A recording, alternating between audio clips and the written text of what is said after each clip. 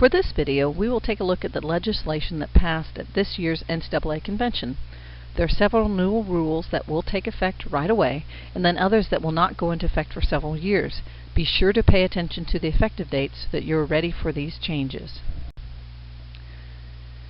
This legislation now makes it permissible for coaches to have contact with prospects at a site of competition as long as the prospect has signed an NLI or scholarship agreement with Washburn. Previously, you could not have any contact with a prospect at the competition site until the competition was over and the prospect had been released.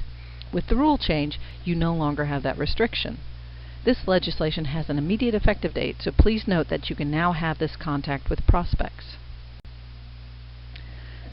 Last year, the time frame for tryouts was extended to allow prospects to try out after June 15 of their sophomore year, but there was the limitation that they could only try out after they had exhausted their eligibility or if they were enrolled in a term other than the one in which their season occurred.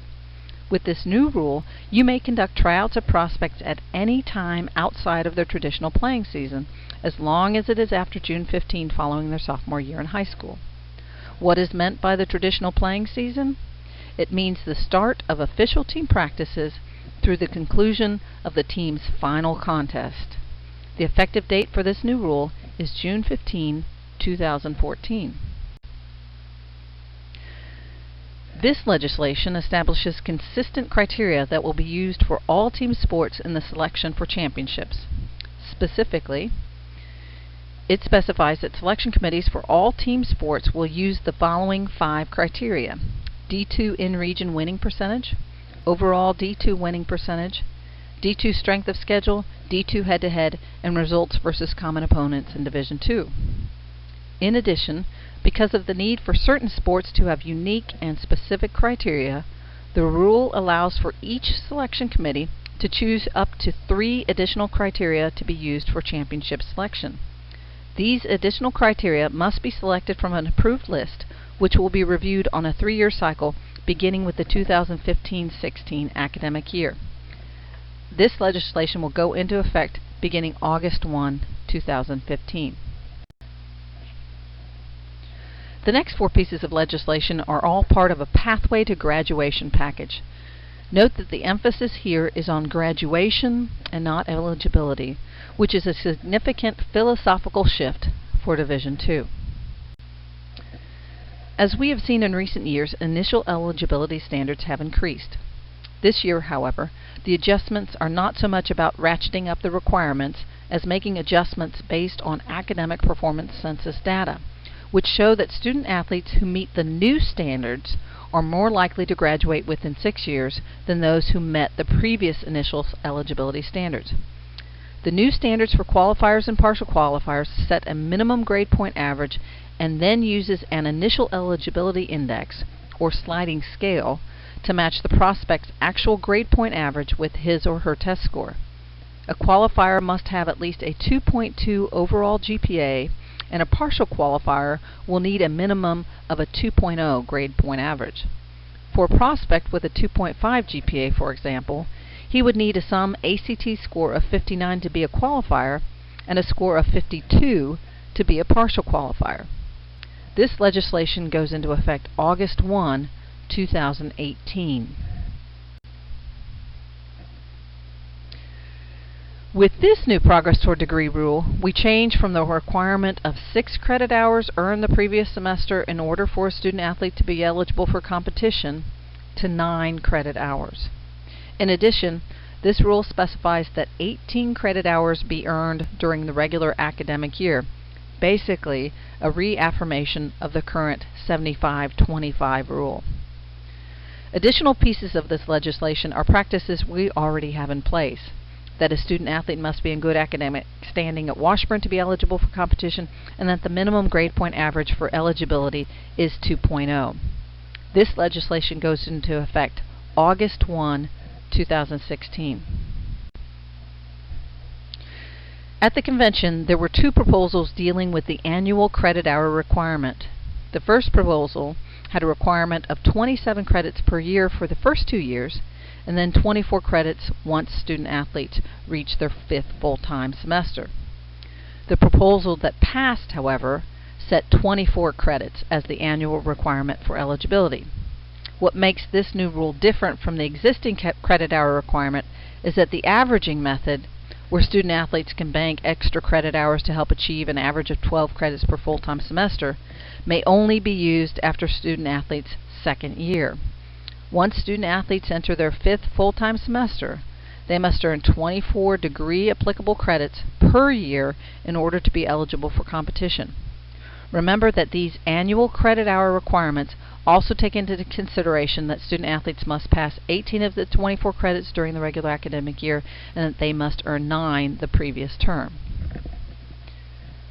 This rule will go into effect August 1, 2016. The piece of the Path to Graduation legislation here deals with two-year transfers. As we've seen with previous changes, the eligibility rules for incoming two-year transfers have increased requirements, and this legislation continues that trend. One thing that has not changed, though, is that a two-year transfer who graduates from the two-year institution will be immediately eligible for competition. Graduation is a golden ticket for these two-year transfers. As we consider the new requirements for two-year transfers who do not graduate, we have to look at a couple of variables. First, for qualifiers who attended the two-year institution for only one semester, they must transfer in 12 credits and have earned a 2.2 GPA. In addition, only 2 credits of PE activities may be counted unless the transfer declares one of Washburn's majors that requires more, for instance, sports management, which requires 4 credits of PE activities. Please note that this rule is only for those two-year transfers who were qualifiers, only attended the two-year institution for one term, and have not previously attended a 4-year institution. For the majority of two-year transfers, the following changes for initial eligibility will be in effect. First, they must attend the two-year institution for at least 2 full-time semesters. They do not have to attend the same institution, however, for both semesters. Second, they must transfer in a minimum grade point average of 2.2. Third, they must transfer in an average of 12 credits per full-time term of attendance. Among those credits to transfer in, 6 credits must be from English, 3 credits from math, and 3 credits from science. Again, not more than 2 PE activity credits may be counted toward the requirements unless the transfer has declared a major at Washburn that requires more than 2. In that case, the number of PE activity credits that may count will depend on the maximum required by the Washburn major. If a two-year transfer meets all of the requirements to be eligible except for the 2.2 grade point average, and the transfer has at least a 2.0 grade point average, then the transfer may practice and receive athletics aid, but may not compete. This legislation will go into effect for those two-year transfers initially enrolling in a Division II institution on or after August 1, 2016. There were 2 pieces of legislation passed that dealt with official visits. One pretty much cleaned up some inconsistencies, and the other allowed for a standalone vote on the start date for official visits. The big change to official visits is that they are now aligned with the start date of June 15, preceding the prospect's junior year. Just as you may call, text, send recruiting materials, and have off-campus contact with prospects starting June 15 after the sophomore year, you may also bring in a prospect for an official visit at this time. For the official visit, you now only need a transcript and are not required to have a test score. But I recommend as a best practice that you continue, when possible, to obtain both the transcript and the test score before bringing a prospect in for an official visit. The minor changes to official visits include the following. You may provide the actual cost of all meals during an official visit.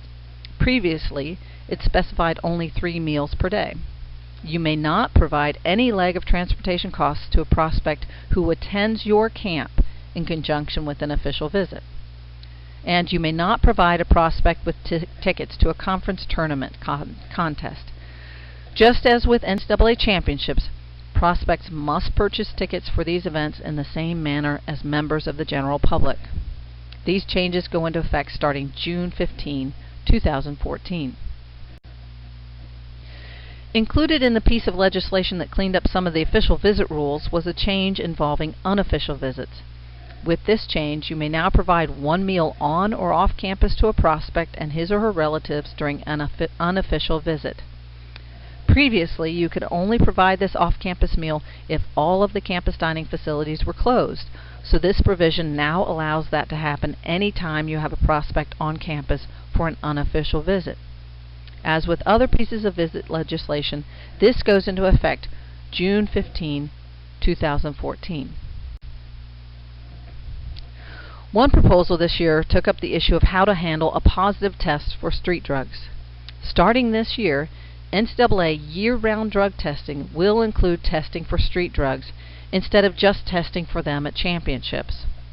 A key consideration for this change in policy, as well as in the legislative proposal, was the question of whether the existing penalty for a positive drug test was appropriate for street drug use. The studies indicated that many student athletes who had to serve a year penalty for street drug use wound up leaving their institutions. And there was also much discussion of whether they should have the same penalty as those who use performance-enhancing drugs. The outcome is that starting August 1, 2014, those student athletes who test positive for street drugs will be subject to a withholding from 50% of their contests. They would also have to be retested after serving their penalty and then be reinstated for competition. There were two proposals that passed that are sports specific. One deals with basketball and the other with football. This legislation pertains only to basketball. It takes the existing rule exempting games played as part of a conference challenge event every 3 years and allows those games to be exempted each year. Basketball coaches may now exempt up to 2 contests played during the first week of the season as part of a conference challenge event. To qualify as a conference challenge event, the games must be played against teams in a different conference. This rule goes into effect this year.